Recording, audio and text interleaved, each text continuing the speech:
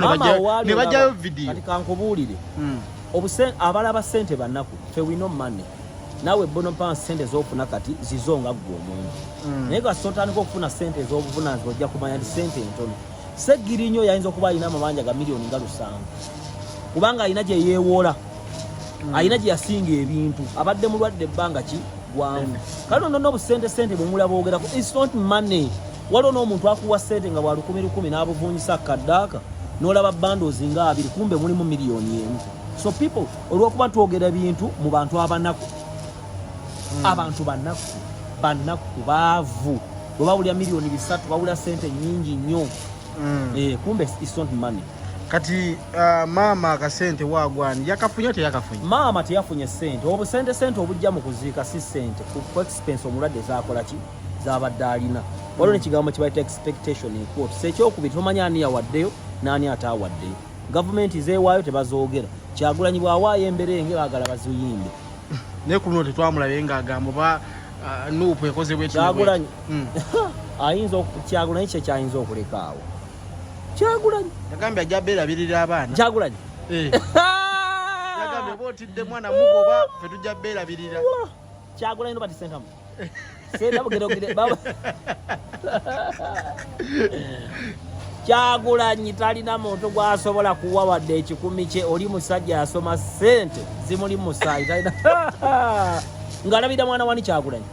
Dr. Tiamale omugo gwa Musa n'omuti gwa White Stomach Premium White Detergent Tafon Stain Zenton Fabrics Status Benz Mercedes ndi muzukulu wa Benz Maybach Brabus Formatic Mercedes Actros 450 compressor 300 ml G-Wagon 6S3 Sprinter 300 700 Tronic 550 500 S Class menye kindekeki 225 amanyanga manja atege awugongedde mbonge nze mbulamu bwange nava mu kyalo nga ndi munaku. I accept where I came from and I'm still learning a lot of things. Era noonya abantu bansingako. Kyobola era nkola ku company esinga mu Uganda yamule New Vision. Radde akataliko nfuufu gosigala era sikwana mukazi alaba akataliko nfuufu. Wansi naawe ebyo simanyi embuzi yalidde ente. Ngambira banzi. Ekyabadde Masaka twalabye okulwanagana okw'abavubuka babiri abali by'obufuzi Mpuuga ne Kyagulanyi. Enjovu wezirwanira ebbiri of course wabaawo bisubi ebikutuka.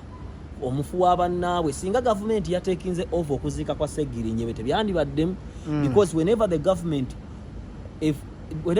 outs ekiwandiiko negamba we are going to take over the funeral tewali muntu addamu kwerijja omulambo guba gufuuse gwa gavumenti because Ssegirinya was a member of parliament however much alina ekibiina kyafukola ki kyavaamu.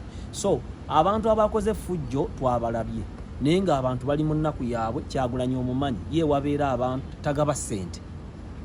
Ssegirinya babadde bamujjanjaba bala nuupu neetakinga over naye ebyo bye bibeera mu nsi bw'ojja okula obiyiga era tetubyewuunya. So Ssegirinya atuvudde ku maaso. One, bannabyabufuzi balina okuyiga tobeera mulungi nnyo nga Ssegirinya. Why? Ssegirinya afudde lwakuba abadde mulungi nnyo. Yakola ebintu ebirungi ne bitiisa banne. Kyova olaba nti Hudu Hussein naye bali mu kumwongerayo eyumba esimanya luddawa ng'ate yakola bulungi n'alekawo olukwaga akola obubi. So kyakuyiga mbulamu bw'ensi eno don't be with a clean buttock. In politics we have dirty buttocks. You have to be bad, you have to be good, you have to be ugly at the same time. Okulwanagana kwabadde kw'amaanyi naye ani yabadde omutuufu ani yabadde omukyamu? Mu mbeera yonna Mpuuga abeera mutuufu. Mpuuga ne bw'aba akoze ekikyamu kizibu kumanya wabula amagezi ga Kyagulanyi by'obufuzi matono. Gamanyi ndongo Kyagulanyi omuzza ku ndongo awakkuba era entalo z'endongo akola ki? Naye entalo z'ebyobufuzi lwakuba tukkiriza nti Kyagulanyi asinga Mpuuga chansi n'obwagazi. Kiringa mu mupiira. Buli musambi gw'obuuza nti ani musambi of all time ajja kugamba Ronaldo Dalima. Ne Dalima baamwagala bwagazi. Abasambi bangi abaakubanga omupiira nekola ki ne gunoga. Naye abantu bajja kujjirayo Ronaldo Dalima because emmeme z'abantu zaamwagala wadde yalina talent n'agatta ebintu bibiri. Kati Kyagulanyi munnabyabufuzi atalina makulu naye abantu bamwagala. Ekyo tukikkirize. Kati kyekikuba Mpuuga nti owa ssente kyazingira enkata gw'omwavu tokola ki? Kyagulanyi ne bw'ayonoonaawo bajja kugamba mbwa yeeyonoonyeewo. Mpuuga kyatalina. Kyokka era ne Mpuuga kiyabala akifuna kuba buli omu alina success ye. Mpuuga is successful mu by'obufuzi. Kuba ali mu kifo yakise kiwalinze era akomawo mu parliament. Eno saga eyongera Mpuuga amaanyi. owe musabusi ate ina kyemussa gwebaga Mpuuga ayinza omukuba akalulu abo basajja ba gavumenti bayinza kutabifo byabwe Katikkiro Mpuuga Nambooze Sseggona Ssemujjuŋŋanda Lukwago abasajja ba Museveni they are going to reinstate their seats nenga bamulaze nti tebamwagala amazzi ne bagagoba ne bamugoba ku mukono agenda kugugwa emmanga eri nga sawa that's politics tobola nti Museveni afuba nnyo bannayuganda beerabira oboti ogamba otya muganda wange gye bale kwadde milioni 10 tobola nti Museveni afuba nnyo okwerabiza abantu obote n'Amini ayina ebirungi byeyakola era because Amini was not a leader, was a populist. But populist be bantu abajja n'agamba abakazi bonna mu Uganda mbagulidde obuleega. Ye muntu ajja n'agamba muzimbe oluzzi ate Museveni si bwali. So bannayuganda bandirabidde nnyo bandiruddewo nnyo okwerabira obote n'Amini. Tobola Museveni abamette enziro buli wayimuko kola okwogera kati Mpuuga tebasobola kukkiriza ne bwe ziba tipi Kyagulanyi n'ayingira mu kayu. Neerabira tipi ebweru n'alabawo omukono gwa Mpuuga tamusaba tipi kubanga mu byobufuzi towa munno credit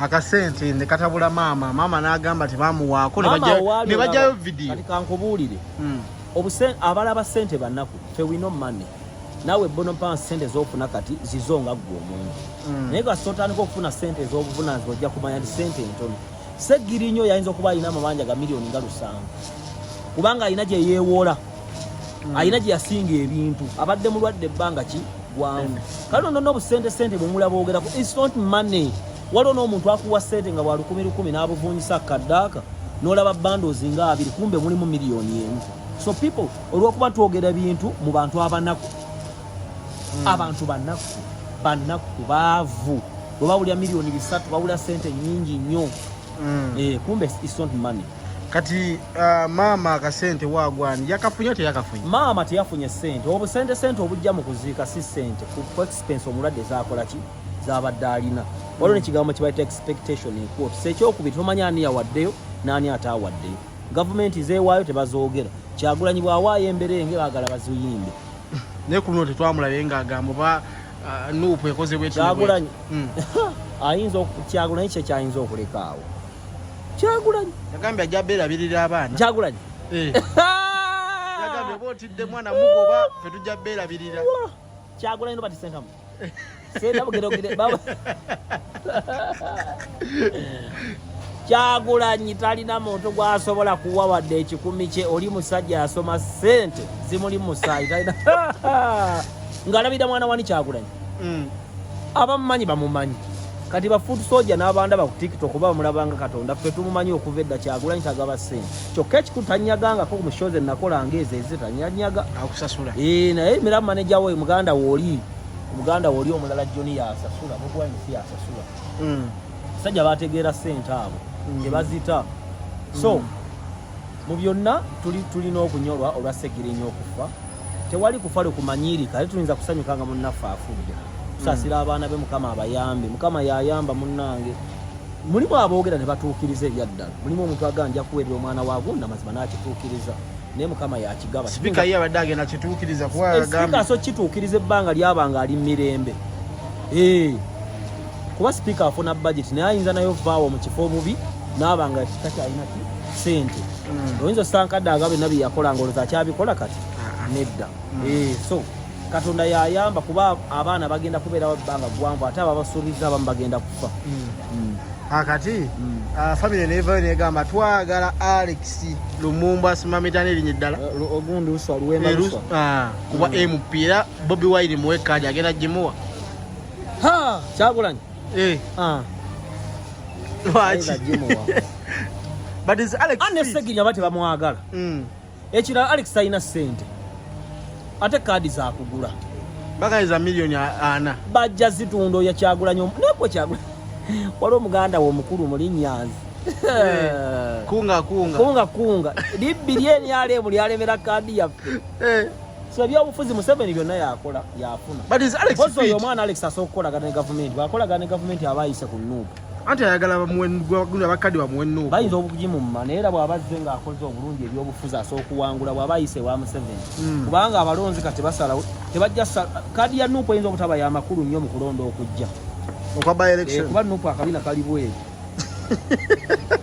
lwaki akabina kali bweru bagifumita buli kaseera Nuupu Nuupu yakuna madda so kati olwaleero ne by election zonna zobadde olaba Nuupu badde bagiwangula gw'olowooza mu kibuga leero waliwo omuntu asinza okukyamukira okulonda Nuupu Kyagulanyi yekka yasigazzaamu akakulu nga bw'olaba ejjansi nga balikuddeko obugulu naye lisigala nga liggerawo eri kakati omuguli tebamuwa kwogera Alan Ssewanyana eri muguli ennaku bbiri mulambo gye gwasulayo bonna Nuupu tebaagala Nuupu tebaagala ali ebamye kaadi Kyagulanyi alina abantu be ne filosofe ye Alan teyali fiti kwogera anti yali fiti kwogera lyakaaba bukaabe manyi ne opposition no baagala okukaaba ne Kyagulanyi nalabye akaaba mwalaba emirundi emeka Museveni ng'akaaba amaziga bagakuyemu Museveni ng'ali ku gundi ku State of National Address naga gwagala ennemi bannange Museveni waabwe nfa so bannabyabufuzi abavuganya Museveni nga mukyakaabira ku nnyimbe you are not fit for leadership kale